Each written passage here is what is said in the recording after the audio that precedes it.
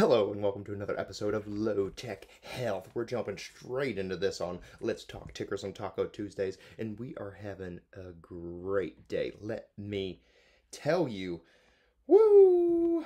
Gave 2 baths last night to my ICU patients. We're continuing this week's theme, hustling. Hustle. It's a hustle, don't bustle. It's a fussle, don't rustle it. Whew. This last night was a hustle. I've got an Orient under me, 14-year veteran, who gets 2 nights to Orient to the entire hospital, and then she's out on her own, free, flying like a beautiful hawk. And I couldn't feel more confident in her ability. These charts, it'll catch up. She's gonna save patients, and we saw it last night.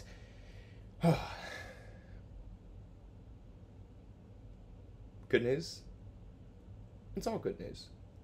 That dialysis patient, for those who were watching or listening yesterday, well, not a dialysis, a needing dialysis patient, the potassium of 9, he decided to do dialysis, which, you know, when you've got bilateral nephrostomy tubes, a suprapubic catheter, those are like tubes directly in your kidney and then one going straight into your bladder, not even trying to go through your penis, you've already basically become a dialysis patient. So just get one more tube. What's the big deal? It's just one more tube, man. And then you can watch all your Marvel movies. It'd be better than not. But it's just hard to prove to somebody who hasn't died from a potassium being dangerously high, because it hasn't happened yet. I don't want to prove it to you. I know that it happens. I don't want you to see it. I don't want you to find out. Talking tickers, it's going to shut your ticker down. I know it hasn't happened yet. Trust me, it will. If we don't do anything, it'll happen. And it'll be a mess because you're a full code. And we're going to bounce on your chest and you're contracted. You're basically just a head, a C6 spine injury. He's basically just up and above his movement. Swallows, enjoys his life that way, the most part. Talking, watching. What do you... I don't know. Anyways, the other patient is a wild story. Had been found unresponsive by his father. A pulseless electrical activity arrest means his heart is stopped. It's beating, but it's not getting to his periphery. It's not getting to his tissues. It's not getting to his brain, his heart, his lungs. He's not going to stay alive if we don't do something. So that's when CPR is started. Not like the glorified ones in the shows and movies where you stick pads on them, press twice, and then shock them. PEA is not a shockable rhythm. It is pulseless electrical activity and really just epinephrine. Pushing hard and epinephrine is the basic thing. So they get his pulse back about 20 minutes, which is a long time. We're thinking anoxic brain injury. He's off sedation. We come on shift. Risky move, especially when he's not restrained. Because he's intubated. He still has a breathing tube down his throat.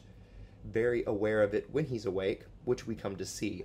As he wakes up, checking his neuro status, he's very aware that he's being choked from the inside. He becomes nauseous. This gag reflex makes him want to throw up, makes him want to cough. He keeps coughing. He's coughing so hard the sputum is turning to soup in his ventilator hose. It's going back and forth faster than we can suction, back and forth. He's just breathing it in, and the breathing tube is not helping us at this point. It's basically just protecting an airway that might clear itself on its own. We don't know, because he's not tracking, he's not following commands, which he's got a lot going on. Hard to hear and focus when your nervous system is shrieking to get this painful choking sensation out of your throat. Luckily, unluckily, he's not strong enough to reach up and pull it out. But in his neck was a previous vascular catheter, an access that is a little larger than a normal IV in his neck to exchange toxins. The temporary vas cath that a dialysis patient would get, he got, and it was taken out before he was awoken, as he's coughing vigorously. And if those of you following at home can see what's happening next, it becomes saturated with blood, just bright red blood, to the point where it pops up around his waterproof dressing, shoots up, and you got to hold pressure, so that makes it shoot even further. He's covered in blood, very aware he's choking, suctioning, I'm trying to protect this tube as I'm holding pressure on his little neck, as his dad is seeing him just drenched in blood like a fucking horror movie. And yeah, I cuss a little bit. I said fuck. It worried him a little bit, but it was more like, fuck, it's everywhere. Horrified of how it looks. Patient's stable. Breathing never changed. His oxygen stats never changed. He's stable. He keeps his tube. We get him sedated, put him back to sleep, change his dressing. He's fine. Then around 4 a.m., he's on a baby dose of sedation, a 0.1 mic per kg per hour dose of Dex, which is not enough, we find. 4:45, woke as fuck, choking, round 2. Just a little bit of saturation here, still got to change it. Oh man, I hope he gets that tube out. With that hustle of life, I leave you and I remind you, keep that nose to the grindstone. It's worth it.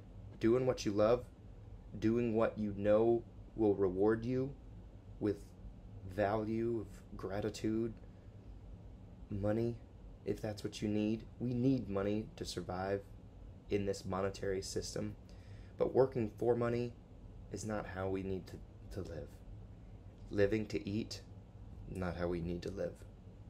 Allow your money to work for you, and only eat to live.